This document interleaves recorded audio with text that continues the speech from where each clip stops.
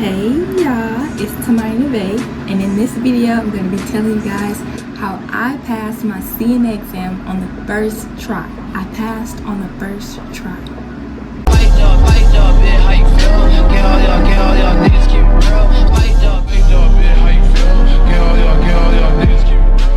Not too long ago I took my written and my skills exam and I was so nervous, but it's nothing to be nervous about.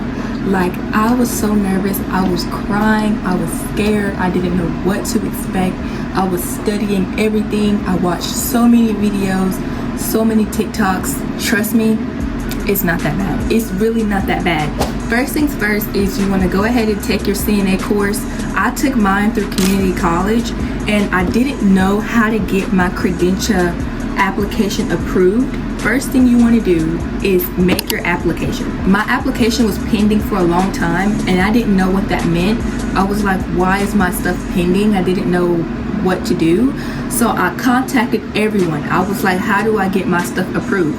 And no one was able to answer my questions. Whoever was your instructor during your training program for the CNA course, that is who is in charge of approving your credential application. I think you have to take the written exam first. I don't know. But I went in, I scheduled my written exam. It was at 4 a.m. It was at 4 a.m. And I didn't look at the area time. It was at 4 a.m. Central Time and I'm Eastern Standard Time. So I ended up missing that exam. I missed the exam because of course I woke up at the wrong time because I didn't read the area time. So I'm like, now I have to reschedule. I went in, I rescheduled a different exam. So I had to pay another price. And I believe it's $35 for the written exam if you take it online. Now this is how you prep for the written exam. You don't want to overthink it. It's this lady on YouTube that has these like 30-minute videos that you can watch, and she gives you CNA practice exam questions. What's the best thing for a diabetic person to drink? And it'll have like apple juice, orange juice, cranberry juice, and water. And you will put water. Like, it's really easy. You can also fail if you don't know your calculations. You have to know milliliter, ounces, cups, all that kind of stuff. I'll put it on the screen. You have to know these calculations because those will definitely be on there, and you do have to know these abbreviations.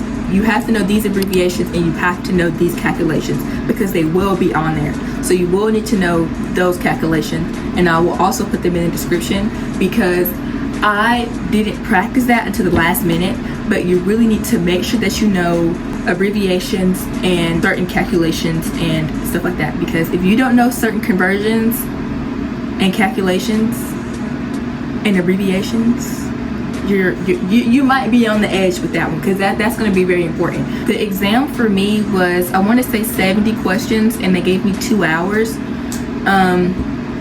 Since I did mine at home, it was kind of weird because I was talking to someone and they're watching me take my exam for the whole time that I needed. I had to scan a QR code on my phone from my computer, and then I had to set my phone up and so they can watch me at like a third angle. So they're watching me from my computer, and they're watching me from here, and they're watching me from over there. Like, it was crazy. They make you get your phone, and while you're on that, while they're like connected to your phone and your computer, you have to walk around your room and show under your desk and show the ceiling and show everything before you set that phone up and take your exam. It is the craziest thing ever. They are able to take over your computer. If you do it online, they're able to go into your files and delete files. They're able to delete windows and apps. They're able to do all of that because you give them access to it in order to take the exam. It's crazy. If you go in, you're able to see like what you missed, but I went in there and I didn't see anything. So I guess I passed with 100, but everything is really easy for the written exam. I promise. Make sure you know infection control. Make sure you know patient's rights. Make sure that you know a CNA scope of practice, and make sure that you know your conversions and your abbreviations like PRN, NPO, stuff like that. Make sure you know those 4 things and you will be fine. Make sure that you look at reviews on your testing location because it will tell you a lot. Make sure that you go on TikTok and you type in the testing location, see if anybody else has had any crazy experiences. Go on Google reviews, make sure that you check the testing location before you schedule it, because I didn't do that. I went ahead and scheduled it because I was so anxious, and I didn't look at the reviews until like 2 days before it was time for me to take my exam. This place, the way that it's described on the website, they make it seem like it was a nursing academy, and I'm like, okay, they must give courses and then test people. I'm like, okay, this is gonna be perfect.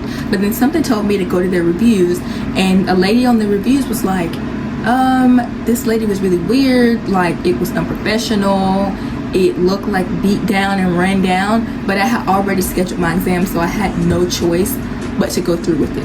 I got to this place. It was not an institute, it was not school, it was like a suite. Different buildings were different businesses, if that makes sense, but it was one building. So it's like this door would be a business, this door would be a business, and it's like all together, kind of like an apartment. First thing I see when I open the door, stairs, about 20 stairs. I did my research. It said that CNA testing centers are usually set up like hospitals. She gave me a very eerie vibe, but she had her badge on, and it said like, you know, she's a nurse, she's with this institute. So I'm okay. It was called an institute. So I'm like, okay. It's a living room. There's a mannequin on this couch, and there's like this front desk, but it's really just a table. And one bedroom, you open the door, and there's a beat down hospital bed, and it just looks crazy in there. It's like a bedroom, and there's a sink in the bedroom, and there's a shelf that has linens, gowns, pillows, like everything you're going to need for your exam. The patients were actually students, so if I had to do something like peri-care or a bed bath, of course it would be the mannequin that we've seen on the couch.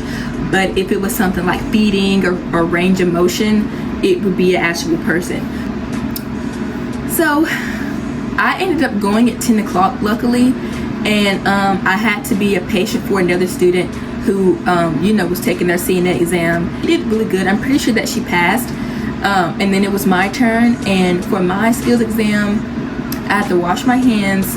I had to do manual blood pressure, range of motion with the knee and the ankle, transferring from bed to wheelchair, and I had to do apply elastic stocking.